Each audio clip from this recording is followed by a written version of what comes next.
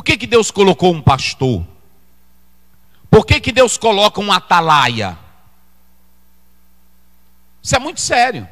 Tem irmão que diz assim: eu vivo a minha vida, pastor, eu não preciso de pastor, não preciso de líder.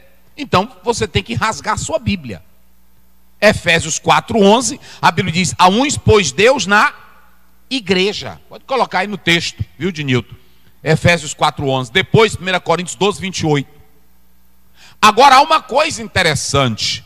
O obreiro, o pastor, ele vai receber de Deus visões, ele vai receber de Deus revelações contra o pecado. E aí é que entra o mais importante. Que se você não tiver essas visões, se você não tiver essas revelações de Deus, você não vai suportar a segunda visão. Vocês sabiam que aqui nós vamos ter sacerdotes, aqui nós vamos ter liderança, que vai estar comprometida com o pecado, e que a obra de Deus para eles será um peso? Por que a obra de Deus para essas pessoas, ela se transformará em um peso, ela será cansativa? Porque quem está em pecado, quem vive nas abominações, não tem prazer no serviço do Senhor. Quem canta em pecado não tem prazer de adorar a Deus como é para ser adorado. Quem lidera no altar em pecado, é por isso que tem muitas igrejas aonde os cultos são frios, sem vida, sem alegria.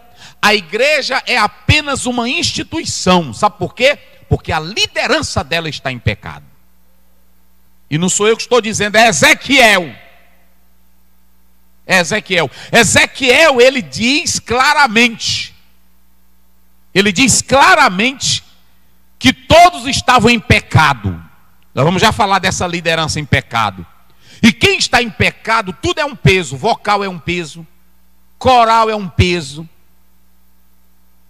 a mocidade é um peso, porque há hoje pecado escondido no meio da mocidade, pecado escondido no meio da liderança, pecado escondido no meio da igreja. E quando você tem pecado, não há prazer em você em servir a Deus e nem cultuar a Ele com o teu serviço. Paulo diz em 1 Coríntios 11, por causa disso há muitos que já morreram e outros estão fracos e doentes. Pecado. Quando você vê um líder morto aqui na frente, pode ir atrás, pecado. E esse pecado é só adultério? Não. O pecado pode ser desviando dinheiro da igreja, porque ele não tem mais prazer em investir na igreja, ele quer investir nele. Ele quer investir na família dele.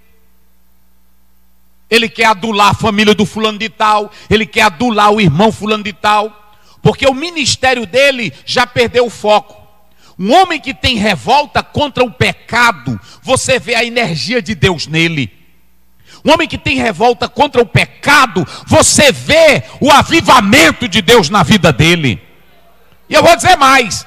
Homem que tem avivamento de Deus na vida, pode a igreja todinha estar morta, mas quando ele vai para o altar, ele tem vida.